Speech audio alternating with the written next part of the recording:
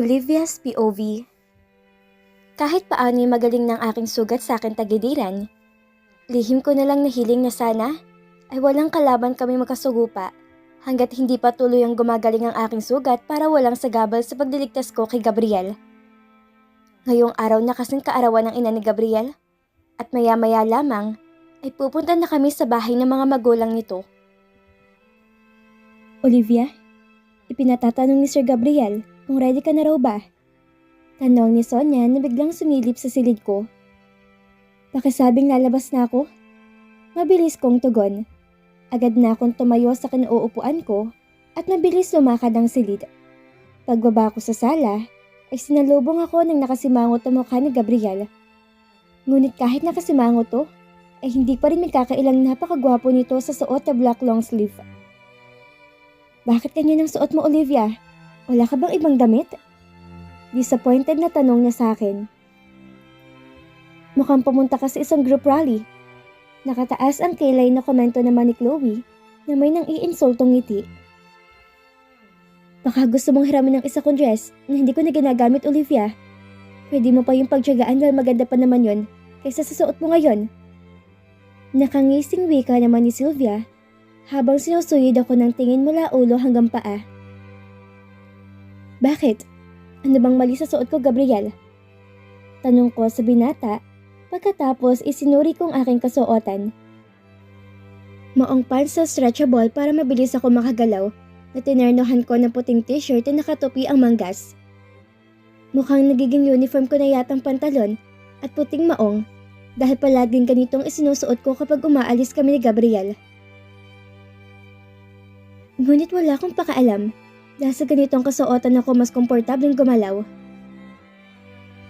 Hindi naman ako pupunta sa party para magsaya, kundi para magtrabaho. Ikaw nga na parang waiter ang suot, hindi ko na pinuna. Lalo na yung mga mukhang kortina ang suot, sa haba. At ang isa naman, ay nais pa yatang agawin ng spotlight sa pagsusuot ng malaray na Elena na evening gown. Dugtong ko pa sabay pakawala ng isang nang-iinis na ngiti. Bakit? Akala ba nila sila lamang marunong mamintas ng suot? Hindi nila alam na kahit simpleng maong at t-shirt lang suot ko, ay puro branded naman ang tatak. At natitiyak ko na mas mahal pa kaysa sa suot na dress ng dalawang babaeng kaharap ko na pareho nagpupuyo sa kalooban dahil nakaganti ako sa kanila. Let's go, Chloe! Nakasimangot na sambit ni Sylvia kay Chloe pagkatapos inirapan ako bago nagmarcha palabas ng pintuan. Sinabi ko na sa'yo na iwasan. Let's go, Gabriel. Baka mahuli ka pa sa party ni mami mo at ako pang sisihin mo. Putol ko sa sinasabi nito at nagpatiunan na ako sa paglabas ng bahay. Magkaiba ng kotseng sinasakyan ng tatlo. Kasama ko si Gabriel sa kotse nito, samantalang ang dalawang babae ay nagpa-drive sa ibang driver.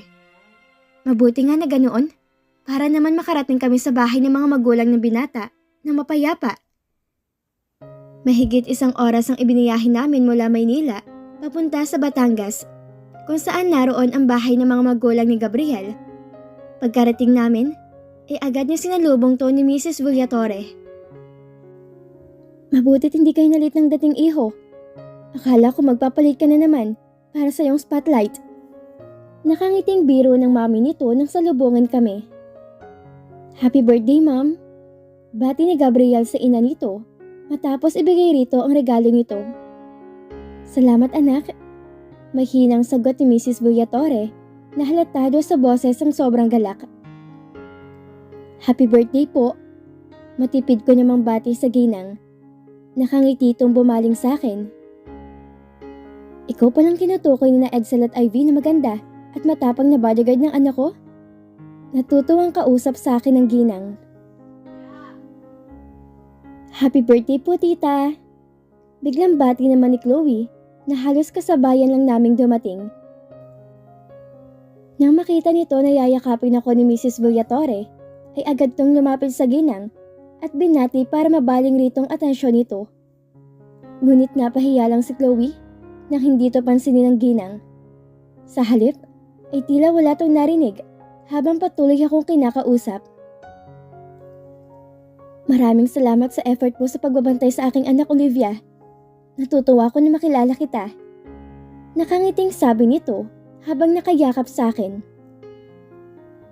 Natutuwa rin po ako na makilala kayo, ma'am. Anong ma'am? Tita Sandra, yan ang itawag mo sa akin. Anito, na biglang napakalas sa marinig ang tinawag ko sa kanya.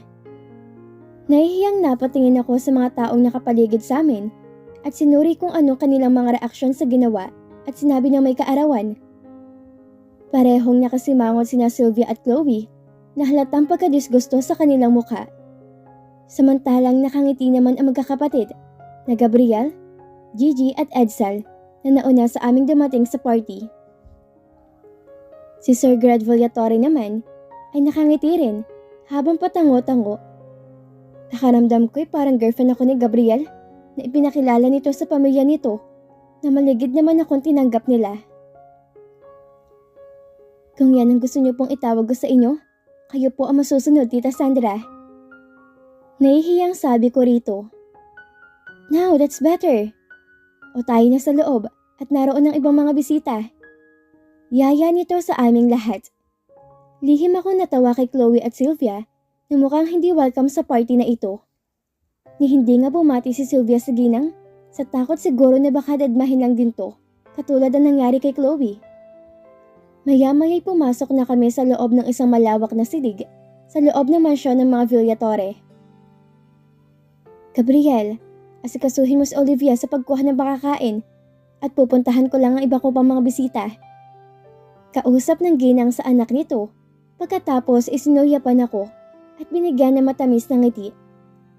Natitiyak ko na lalo nagpupuyos ngayon ang kalooban ni Sylvia at Chloe dahil hindi mo lang nililingon ang dalawa ni Mrs. Villatore. Hindi ko alam kung bakit nila hindi gusto ng ginang ang dalawa.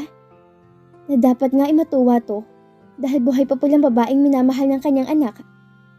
Ngunit sa nakita ko ay hindi to natutuwa na makita si Chloe.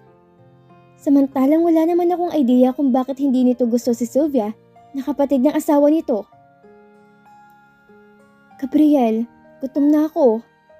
Agaw pansin ni Chloe na gustong solohin ang atensyon ng binata. Hindi mo na ako kailangang asikasuhin sa pagkuha ng pagkain dahil marunong naman ako. Mabilis kong sabi kay Gabriel. Hindi ko na hinintay ang sagot nito at naglakad na ako papunta sa buffet table para kumuha ng pagkain. Nang matapos, ay naupo ako sa pangdalawahang mesa. Tahimik na nilantakan ko ang mga pagkain kinuha ko, ngunit alerto pa rin ang aking pakiramdam. Palihim kong sinuyod ng tingin ang buong paligid. Dahil ba kami nakapasok na usa na party na tao nagtatangka sa buhay ng binata. Kahit nasa bahay kami ng mga magulang nito, ay hindi ako dapat maging kampante. Pero mabuti na lang at walang hindi magandang nangyari hanggang sa matapos ang party. We're going home, Mom, Dad. Paalam ni Gabriel sa mga magulang. Si Edsel ay mas piniling sa bahay ng mga magulang magpalipas ng gabi. Samantalang sina Chloe at Sylvia ay kanina pang naunang umuwi. Hindi siguro nila matiis ang pag-iignora sa kanila ni Mrs. Villatore. Bakit hindi na lang kayo matulog dito sa bahay, anak? Malaki naman ang bahay natin at maraming kwarto na pwede niyong tulugan. Suhestyon ni Mrs. Villatore sa binata. Next time na lang, Ma'am. Maikling tugon ni Gabriel sa ina bago mabilis na humalik sa pisngi at nagpatiunang lumabas ng bahay. Huwag po kayo mag-alala, tita. Ako na pong bahala sa anak niyo. Nakangiting sabi ko sa ginang. Nang tumango ito, ay mabilis ko nang sinundan ang binata sa palabas ng bahay. Bakit ayaw mo matulog na lang sa bahay ng mga magulang mo? Hindi mo matiis na hindi makita si Chloe na matagal? Hindi nakatiis na tanong ko rito habang nagbabiyahe na kami. Paano mo naman nasabi yan, Olivia? Saka akala ko ba, alertong pakiramdam mo. Pero bakit pagdating sa babaeng yon, ay sarado yatang lahat ng pakiramdam mo maliban sa selos? Nakasimangot na tanong nito sa akin. Akmang sasagutin ko ang sinabi nito pero hindi natuloy dahil bigla na lang umulan ng bala sa likuran ng kotse ng binata. Nang tingnan ko ang side mirror ay may dalawang kotse na humahabol sa amin. Yumuko ka, Gabriel! Sigaw ko sa binata habang mas binilisan ko ang takbo ng sakyan. Ako magmamaneho. Sagot ni Gabriel sa halip na sundin ang utos ko. Nakainom ka, kaya hindi ka maaari magmaneho? Tutol ko rito. Mapapahamak na nga tayo, yan pang inaalala mo? Pagalit na sabi nito pagkatapos idumukwang to para magkapalit kami ng posisyon. Ito ang nagmaneho habang ako naman ikinuha kong aking armas at gumanti ng putok sa kalaban. Maswerte na isa kaagad ang tinamaan ko. Ilang minuto ako nakipagpalitan ng putok sa mga kalaban hanggang sa tinamaan ko sa balikat ang lumusot mula sa likurang salamin ng kotse. Mag-concentrate ka lang sa pagmamaneho. Utos ko kay Gabriel nang akman titingin to sa akin na malaman nitong tinamaan ako ng bala. Sa pagkakataong to, ay hindi lamang dapis ang balang tumama sa akin dahil naiwan ang bala sa aking kaliwang balikat. Damn! May tama ka, Olivia! Puno ng pag-aalala na wika ng binata. Gusto man itong tumigil sa pagmamaneho para suriin ang sugat ay hindi maaari dahil patuloy pa rin kaming hinahabol ng mga kalaban. Hindi ko na alam kung saang bahagi ng Batangas ang tinatahak namin dahil nagpaliko-liko to kanina, makalayo lang sa mga humahabol sa amin. Pero hindi naman nangyari yun dahil nasundan pa rin nila kami. Napapikit ako na mariin, samantalang napamura naman na malakas si Gabriel nang biglang sumabog ang isang gulong ng sakyan namin na marahil itinamaan ng bala ng mga kalaban. Kailangan nating bumaba at tumakbo sa masukal na kagubatang yan, Gabriel. Ani ako rito nang huminto ang kotse. Mabuti na lang at kagubatan na ang aming kapagligiran, kaya makakapagtago kami sa mga kalaban. Sa kalagayan ko ngayon, ay hindi ko natitiyak na kaya ko pa makipaglaban. Bilis! Baba! Nagmamadaling sigaw nito. Nauna siyang bumaba at umikot papunta sa side ko at tinulungan ako makababa ng kotse. Pagkatapos ay magkahawak ang kamay na tumakbo kami papasok sa kagubatan para magtago. Malayo-layo na rin ang itinakbo namin nang biglang bumigay ang aking katawan at bigla na lang ako natumba sa lupa. Hindi ko na kayang tumakbo pa, Gabriel. Iwan mo na lang ako at iligtas mo yung sarili mo. Nang hihina ng aking pakiramdam at nag-uumpisa ng dumilim ang aking mga paningin. Shut up, Olivia! I will never do that! Hindi kita iiwan kahit ano mangyari. Kung papaano ka sa gugubatang to, mas gugustuhin ko sumama sa'yo sa impyerno. Matatag ang boses na sabi nito. Nang akmang magsasalita ako, ay mabilis sa tinakpan ni Gabriel ang aking mga labis ng sarili nitong labi. Tumagal ng halos 1 minutong halikan na namagitan sa aming dalawa, bago nito pinakawalan ng aking labi. Lalo tuloy ako nahirapan makahinga dahil sa ginawa nito. Hindi ko hayaang mawala ka, Olivia. I promise you that. Mahinang bulong nito sa akin, pagkatapos itumayo to habang buhat-buhat ako. Naghanap si Gabriel ng lugar kung saan maaari kaming makapagpahinga. Ilang minuto rin ang nilakad dito habang buhat ako, bago siya huminto sa isang lugar na maaari naming pagpalipasan na magdamag. Ligtas na siguro tayo sa lugar na to? Ani Gabriel, matapos akong ibabat isandal sa malaking puno ng kahoy. Nakapikit lang aking mga mata at hindi ko na kaya magsalita pa dahil sa sobrang pangihina ng aking katawan. Hold on, Olivia. Huwag mo kong iiwan. Hindi ko kayang mawala ka. Hindi ko alam kung totoo ba ang aking narinig o nag-iiba na rin ang aking pandinig. Ngunit totoo man yun o hindi, ay nagbigay yun sa akin ng kaunting lakas para labanan ang pagdidilim ng aking kamalayan. Maya-maya lang, ay nakarinig ako ng komosyon na tila ba may naglalaban malapit sa akin. Pilit kong iminulat ang aking mga mata para alamin ko ano nangyayari. Malabong imahe ng mga tao na nakikita ko, pero isa ang natitiyak ko. May isang imahe na nakikipaglaban sa 6 na iba pang kalaban. Napakagaling nito makipaglaban dahil napatumba nito ang 6 na mga kalaban sa loob lamang ng ilang minuto. Ngunit sino kayang taong yon?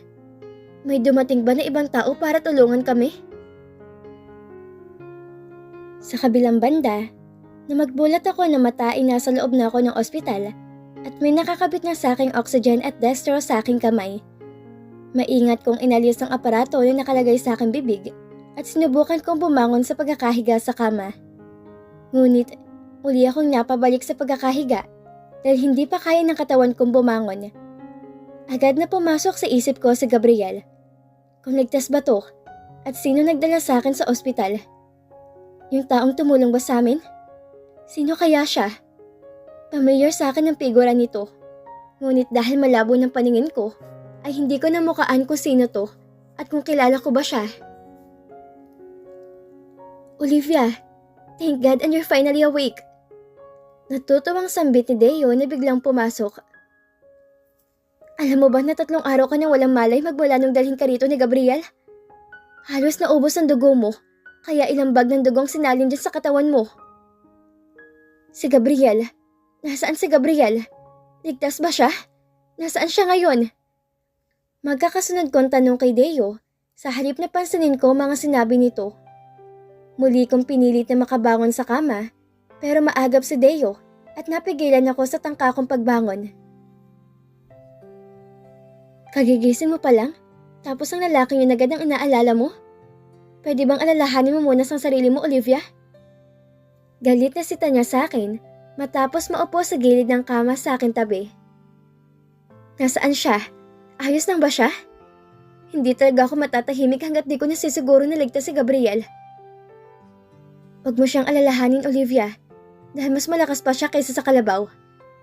Mabilis itong sagot para kumalma ako.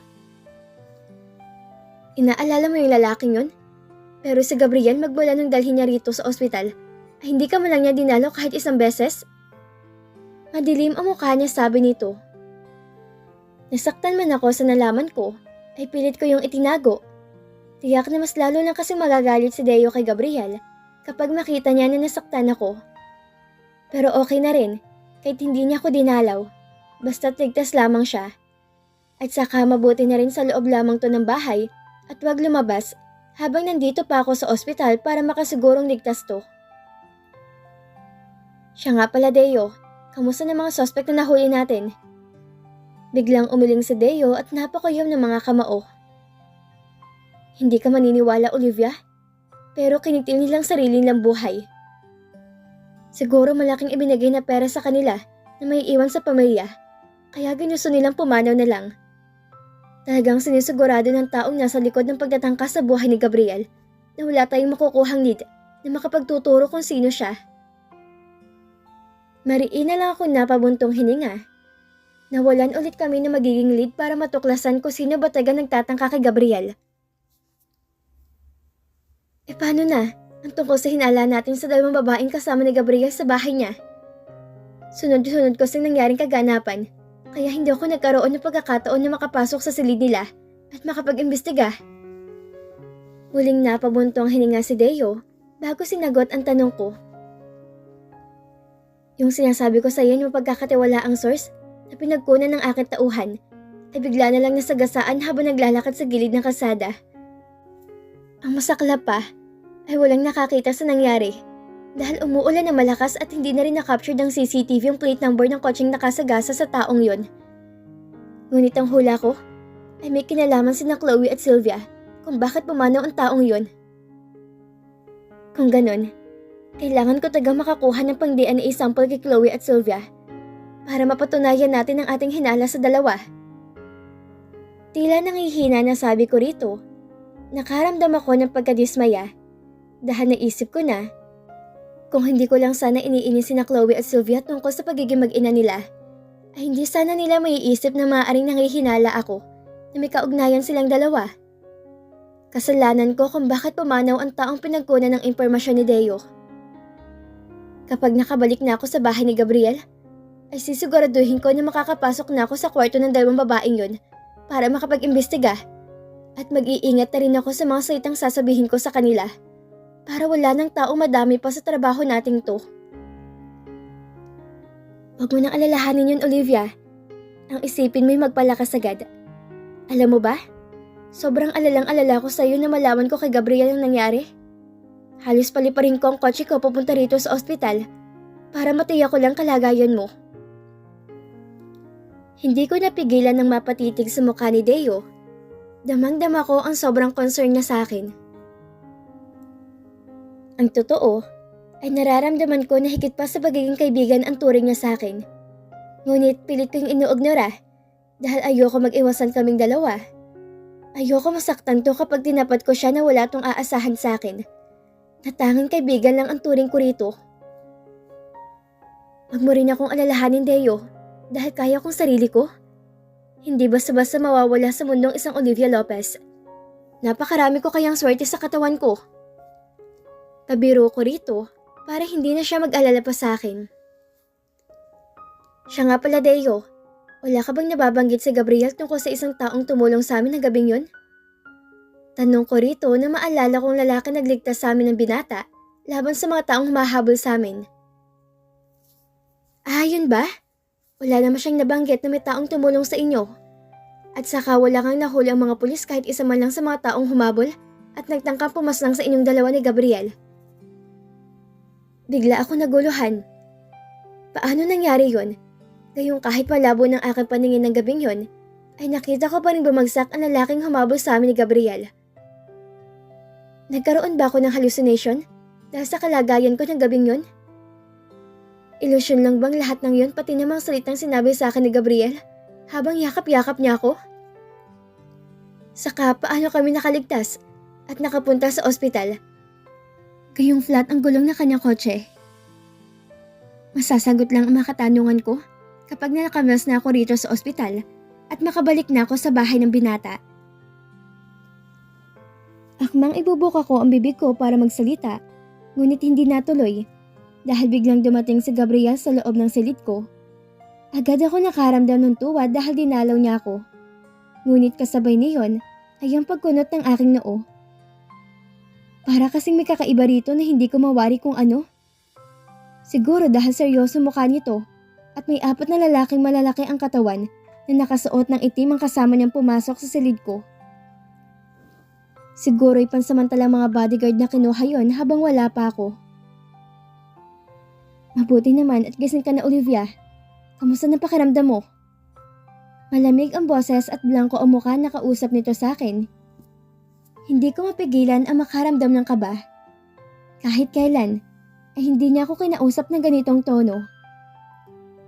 Mabuti naman ang pakiramdam ko. Sagot ko rito. Hindi lang ako kinabahan dahil nakaramdam ako ng pagkailang.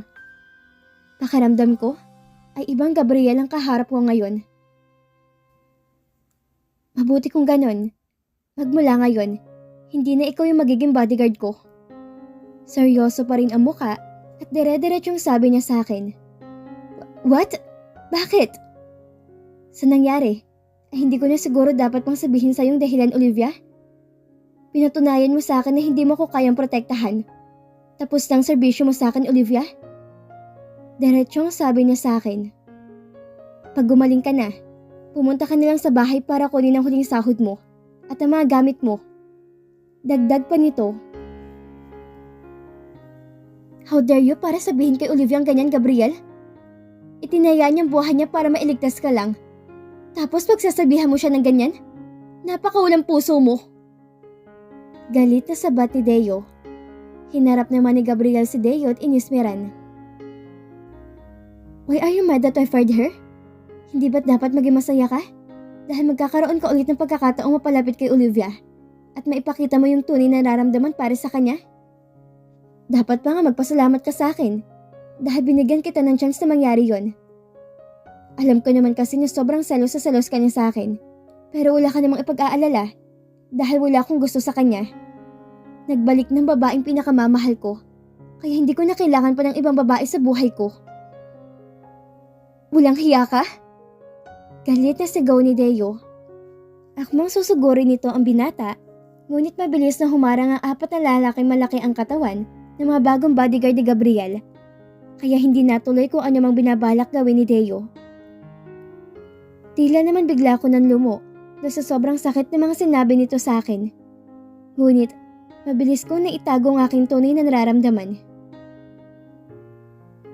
Hindi mo ako maaaring alisin bilang bodyguard mo, Gabriel. Ang ama mo lang ang may karapatan na tanggalin ako sa trabaho. You're fired, Miss Lopez. At kahit sinumang tao ay wala makakapigil sa akin para alisin ka bilang bodyguard ko. Madilim ang mukha niya, sagot ni Gabriel. Pagkatapos ay walang paalam na lumabas sa aking silid. Naiwan na lang ko nakatulala at hindi makapaniwala sa nangyari.